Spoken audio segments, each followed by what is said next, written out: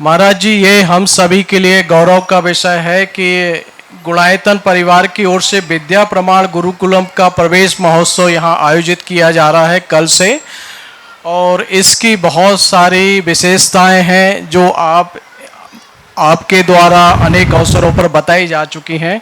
फिर भी महाराज जी, मेरी कुछ आज के परिप्रेक्ष्य में मैं जानना चाह रहा था।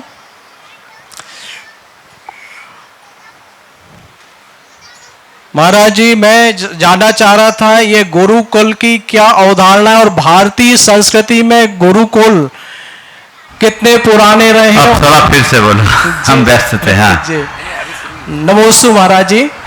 महाराज जी, ये विद्या प्रमाण गुरुकुलम की शुरुआत होने जा रही है, कल से प्रवेश उत्सव की शुरुआत है। ये हम सब के लिए गौरव का विषय है।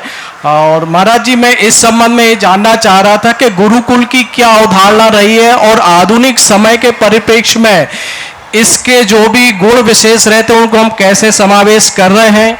और इसका जो एक और बात महाराज जी कही जाती है कि जो आधुनिक शिक्षा है हम इसको इग्नोर करके आज के पीढ़ी को शिक्षित नहीं कर सकते हैं, तो इन दोनों के परिप्रेक्ष्य में हमारे गुरुकुल में क्या क्या प्रावधान किए गए हैं महाराज जी, और इसमें प्रवेश की प्रक्रिया को लेकर अभी भी बहुत सारे लोगों के मन में जिज्ञासा है, कृपया इन पर प्रकाश डालिएगा महाराज जी। नमोस्तु महाराज।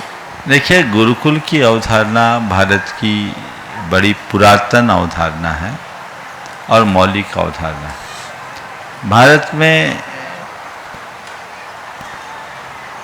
ज्ञान ग्रहण करने के लिए गुरु को चुना गया और एक परंपरा थी, जब राजा महाराजा के बेटे हों या सेठ साहूकारों के या साधारण, सबके बच्चे घर से बाहर जाकर गुरुकुल में ही पढ़ते थे। वो विद्या अर्जन के योग्य होते, उन्हें गुरुओं के पास जाकर गुरुओं के आश्रम में अध्ययन करना होता था। एक समय था जब भारत में शिक्षा की सारी व्यवस्था निःशुल्क हुआ करती थी।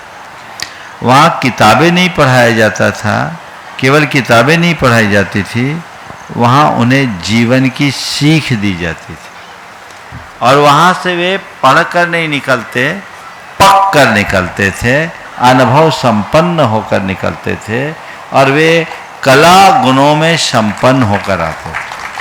उसका ये सुपरिणाम था कि भारत में कभी कोई याचक या भिखारी या बेरोजगार नहीं रहता था। अंग्रेजों ने हमारी इस व्यवस्था को खंडित किया और 1856 के बाद जब हमारे गुरुकुल प्रणाली को प्रतिबंधित किया गया और अंग्रेजों के द्वारा मैकाले द्वारा संस्थापित नई शिक्षा नीति हम पर थोप दी गई, तब से धीरे धीरे भारत का पतन होना शुरू हो गया। उसका एक कुपरिणाम है कि आज पढ़े लिखे बेरोजगारों की भरमार है। पटवारी और प्यून जैसे लोगों की अगर कोई नौकरी की जगह निकलती है तो उसमें पीएचडी धारक लोग एप्लीकेंट बन जाते हैं। ये आज युग की विडंबना है। हमारी जो पुरातन परंपरा थी वो अपने आप में अद्भुत थी और उसकी उपयोगिता और प्रासंगिकता को कोई नकार नहीं सकता। वर्तमान संदर्भ में गुरुकुल नष्ट हो गए, गुरुकुलों का नाम भर रह गया, लेकिन हम चाहते उसी अवधारणा को पुनर्जीवित किया जाए। कुछ जगह ऐसे गुरुकुल चल भी रहे हैं जो हमारे पुराने अवधारणा के अनुरूप चल रहे हैं, तो हम गुरुकुलों को पुनर्जीवित करने का उपक्रम करें, प्रयास करें। यहाँ पर जो गुरुकुलम है ये विशुद्धतया गुरुकुलम की प्राचीन अवधारणा के अनुकूल नहीं है, क्योंकि इन बच्चों को जो शिक्षा दी जाएगी वो आधुनिक शिक्षा दी जाएगी सेज इंटरनेशनल स्कूल में, पर इन बच्चों को यहाँ एक परिवेश दिया जाएगा जिससे वे पुरातन और आधुनिक दोनों में तालमेल बना करके जी सकें।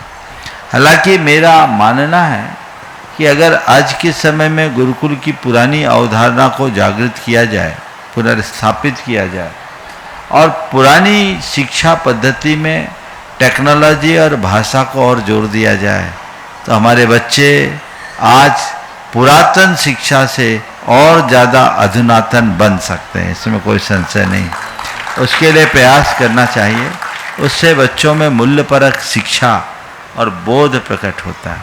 तो उसी अवधारणा के साथ, लेकिन अभी ये शुरुआत है, अभी ये गुरुकुलम है, बच्चे यहाँ रह कर के पढ़ेंगे, छात्रावास में रहेंगे, इन्हें संस्कार मिलेंगे, भारतीय संस्कारों के साथ इन्हें आगे बढ़ाया जाएगा और ये बच्चे गुणवत्तापूर्ण शिक्षा ग्रहण करके अपने जीवन को आगे बढ़ाएंगे, ऐसा मेरा विश्वास है। जहाँ तक यहाँ के चयन की प्रक्रिया का सवाल है, तो ये बड़ी पारदर्शी व्यवस्था रही। यहाँ एक भी विद्यार्थी को किसी के रिकमेंडेशन पर स्थान नहीं मिला। मैंने इन लोगों से साफ बोल दिया था कि मैं तो किसी को रिकमेंड करूँगा ही नहीं, किसी की रिकमेंडेशन को स्वीकार मत करना। जितने बच्चे आएंगे वे सब अपने मेरिट पर आएंगे। 1462 बच्चों में से 180 का चयन हुआ। उनमें से कुछ रह गए बेचारे, जिनके भाग्य खराब थे। उनमें से चुनने के बाद भी रह गए। आज ही एक सज्जन कह रहे थे, बोले अब जो रह गए वो रह गए, अब जो आ गए हैं वो आ गए हैं। इस वर्ष फिर भी थोड़ी ज़्यादा संख्या है 6वीं और 7वीं में। अगले वर्षों से तो ये भी नहीं रहेगा। अगले वर्ष से केवल 6वीं में बच्चों को प्रवेश मिलेगा और वह भी उनकी संख्या अभी तक मेरे विचारों अनुसार केवल 30 होगी। एक क्लास में 30 बच्चे हैं और हम 30 के 30 बच्चों को परिपक्व बनाएंगे। पूरे देश भर से छट करके 30 बच्चे आएंगे और ये एकदम पारदर्शी व्यवस्था होगी।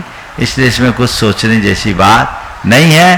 संपूर्ण शिक्षा बच्चों के प्रतिभा के ऊपर है। वो मेधावी बच्चे हैं, इनको निःशुल्क नहीं, एक प्रकार से स्कॉलरशिप के माध्यम से पढ़ाया जा रहा है और गुणायतन ने ये बीड़ा उठाया है। ये आप लोगों के लिए बहुत ही सराहनीय कार्य है, आपको इसकी सराहना करनी चाहिए।